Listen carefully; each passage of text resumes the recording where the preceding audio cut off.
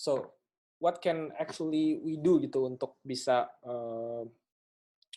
fight this issue? Ya salah satunya memang ya harus join global movement. Kenapa gue bilang global? Karena balik lagi, krisis iklim ini adalah masalah global dan semua negara ini harus serentak berubah. Kenapa harus serentak berubah? Kayak misalnya contohnya, misalnya Asia Tenggara nih, kita semua negara-negara di Asia Tenggara udah declare climate emergency dan juga udah nurunin carbon emission-nya.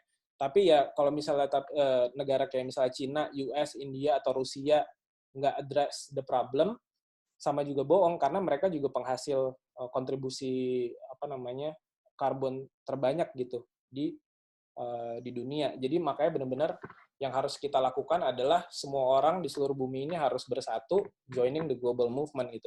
Lalu pertanyaannya adalah kenapa sih orang itu harus join XR? Nah mungkin gue jelasin dulu aja sejarah singkatnya lah dari Extinction Rebellion. Extinction Rebellion ini adalah gerakan non-partisan internasional yang menggunakan aksi langsung tanpa kekerasan atau biasanya disebut dengan NVDA, Non-Violent Direct Action, untuk bisa agar pemerintah itu mau meningkatin ambisinya untuk nurunin carbon emission. Nah, XR atau Extinction Rebellion ini awalnya itu muncul di London 31 Oktober 2018 setelah laporan IPCC itu dikeluarkan dan ditandatangani oleh 189 negara. Nah, sekarang XR ini di seluruh dunia itu ada di 55 negara. Nah, yang menarik dari XR ini adalah ya semua orang bisa bergabung, mau tua, mau muda, karena XR ini bukan organisasi, kita bukan komunitas, kita bukan perkumpulan, ya XR ini atau Extinction Rebellion itu adalah pergerakan gitu, tanpa hierarki, tanpa inisiasi, tanpa iuran. Dan setiap orang itu bisa membuat pergerakannya sendiri dengan bendera XR gitu. Jadi ya semua bisa mengambil inisiatif, kayak misalnya kemarin misalnya reformasi di korupsi gitu misalnya. Nah ini jadi kayak sebenarnya XR itu adalah movement, kita itu bukan organisasi, bukan komunitas, bukan yang lain-lain. Jadi kita ini sifatnya itu sangat-sangat inklusif. Dan yang paling menarik juga XR itu kita ini tidak terikat, jadi semua basisnya itu adalah self-activism dan juga voluntary base. Nah, mungkin banyak dari teman-teman yang langsung mikirnya, oke, kalau misalnya udah terjadi krisis kayak gini, apa sih yang bisa kita lakuin gitu. Nah, mungkin dari teman-teman udah ada yang misalnya mengurangi penggunaan plastik, nggak makan daging, mengurangi penggunaan kendaraan pribadi, dan segala macam. Nah, tapi kita bisa lihat bahwa sebenarnya, atau mungkin gue tanya dulu ke teman-teman, ada nggak sih sebenarnya efek gitu dari yang dihasilkan dari dampak-dampak individual ini, atau misalnya pengaruhnya terhadap lingkungan global gitu misalnya. Nah, sebenarnya perubahan ini yang dilakukan oleh individual ini dampaknya itu nggak bakal signifikan kalau misalnya orang lain nggak melakukan. Nah, jadi banyak juga kita tahu bahwa banyak pergerakan dan segala macamnya yang fokusnya itu di individual lifestyle change. Pada kenyataannya perubahan individual yang kita lakuin itu tidak memberikan dampak yang signifikan terhadap dunia. Kayak misalnya contohnya lagi apa namanya kasus sekarang COVID-19 gitu. Semenjak ada COVID-19 karena orang di rumah, penurunan emisi global itu cuma 5-8%. Padahal apa namanya banyak negara nih yang udah lockdown gitu. Nah, tapi dengan adanya hal ini bukan berarti kita sebagai individual itu tidak boleh melakukan perubahan yang sifatnya itu lifestyle based gitu ya. Itu kita sangat dukung, tapi jangan sampai kita hilang fokus kita ke hal yang lebih besar, yaitu adalah untuk bersuara kepada pemerintah supaya pemerintah itu bisa membuat perubahan yang sifatnya itu sistemik. Nah, big problems need a big solution. Masalah besar itu bisa diselesaikan dengan solusi yang besar. Menurut gue kayak nggak bisa kita nge-push orang satu-satu atau maksa kesadaran orang untuk misalnya ramah lingkungan. Apalagi kondisinya kayak Indonesia, gimana caranya kita bisa memastikan 220 juta orang di Indonesia untuk katakanlah ramah lingkungan gitu. Jadi cara yang paling efektif itu ya harusnya top-down approach gitu. Harus ada insentif, ada regulasi yang terikat secara hukum, to govern us all, dan juga untuk industri gitu. Karena kenapa berbagai macam pergerakan hijau atau green movement itu bisa dikatakan telah gagal karena apa?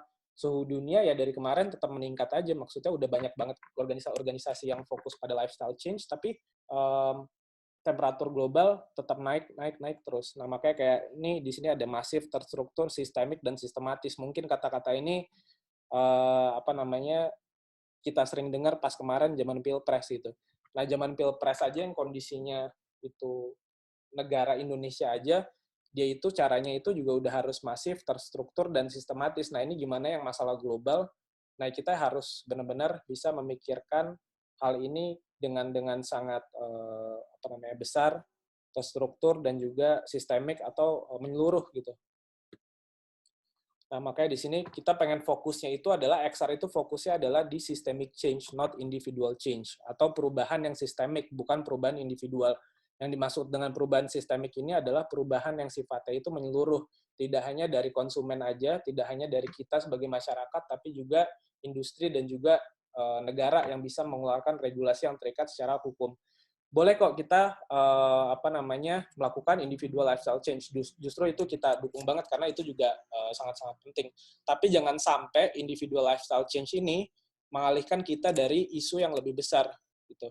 Jangan sampai karena orang apa namanya misalnya menggunakan penggunaan plastik atau misalnya melakukan kebaikan-kebaikan lain lah untuk bumi, tapi mereka merasa nyaman gitu dengan adanya hal itu. Kayak misalnya, oh ya udahlah aman, Jakarta plastik udah di-ban kok gitu misalnya. Padahal sebenarnya kayak kalau misalnya ngomong plastik itu sendiri, kontribusinya terhadap emisi global itu tidak signifikan.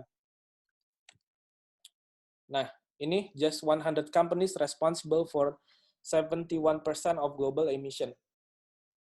Di sini juga bisa kita tahu bahwa ya yang berkontribusi besar terhadap 71% global emission itu ya cuma 100 perusahaan dari 25 negara gitu. Makanya kayak ketika kita melakukan perubahan individual ini bakal less signifikan dibandingin kalau misalnya kita bisa melakukan perubahan sistem gitu yang lebih terstruktur dan sistematis. Nah, selama 30 tahun lebih kita sebagai konsumen atau pengguna ini atau sebagai masyarakat yang selalu disalahkan karena kerusakan lingkungan yang udah terjadi. Nah, faktanya adalah perusahaan-perusahaan besar inilah yang sebenarnya memiliki kekuatan untuk melakukan sesuatu. Dan ya mungkin perusahaan-perusahaan ini melakukan ini ya mungkin entah karena untuk mendapat keuntungan yang lebih banyak atau gimana, tapi ya intinya adalah pada akhirnya kita sebagai masyarakat harus memilih pilihan-pilihan terburuk, harus memilih apa namanya opsi-opsi terbaik dari yang terburuk yang disediakan oleh perusahaan dan pemerintah. Nah, ini mungkin salah satu contoh juga untuk ini salah satu contoh kasus juga. Ini ada iklan di Amrik tahun 1970 dari Keep America Beautiful yang sebenarnya didanain juga oleh perusahaan minum dalam kemasan. Nah, dengan adanya dorongan untuk bisa nge-push orang untuk melakukan recycling, justru kita tuh jadi apa namanya merasa comfort gitu. Makanya di sini produsen plastik mereka itu sadar bahwa jika mereka dapat meyakinkan semua orang untuk mendaur ulang plastik, maka mereka terus dapat menjual lebih banyak. Yang dilakukan oleh satu negara aja itu nggak cukup. Ini sifatnya tuh harus semua negara. Kayak misalnya ya kekeringan di India bakal tetap terjadi meskipun misalnya India udah declare climate emergency dan nurunin emisi gasnya, tapi misalnya di US mereka masih emitting gas emission gitu. Nah itu juga nggak bakal bisa gitu. Jadi benar-benar semua orang ini harus berubah. Nah sebenarnya sih di penekanan ini adalah atomize individuals ya, bahwa kita sebagai individu ini nggak bisa tercerai-berai kayak atom. Kalau misalnya istilah Indonesia itu ya bersatu kita teguh, bercerai kita runtuh. Nah, yang dibutuhkan ini adalah kolektif individual, di mana kita bersatu untuk bisa bersuara kepada pemerintah, untuk bisa melakukan perubahan. Nah, akhirnya kayak gue pribadi kayak tahu ada XR di Indonesia, ini gue cukup excited. Kenapa? Kenapa? Karena XR hadir dengan membawa pembaruan dan sistem perubahan yang ibaratnya lebih lebih lebih efektif gitu. Kenapa? Ya terbukti dalam kurun waktu kurang dari 1 tahun, XR London itu berhasil mendorong pemerintahnya untuk declare climate emergency. Dan semenjak ada um, pergerakan Extinction Rebellion ini sendiri, sekarang udah ada 33 negara yang udah declare climate emergency dalam kurun waktu yang sangat-sangat singkat itu. Jadi ya XR sendiri atau misalnya gue sendiri nggak bisa memastikan bahwa ini bakal berhasil gitu. But this is our best bet gitu. Terbukti dengan metode yang mungkin lebih efektif dan terbukti secara ilmiah, nanti gue bakal ngejelasin. Jadi ya balik lagi, kita itu harus fokus ke systemic change, not individual change, melalui apa activism, raising our voice untuk bisa drive public opinion, di mana nanti government juga bakal mendengarkan kita.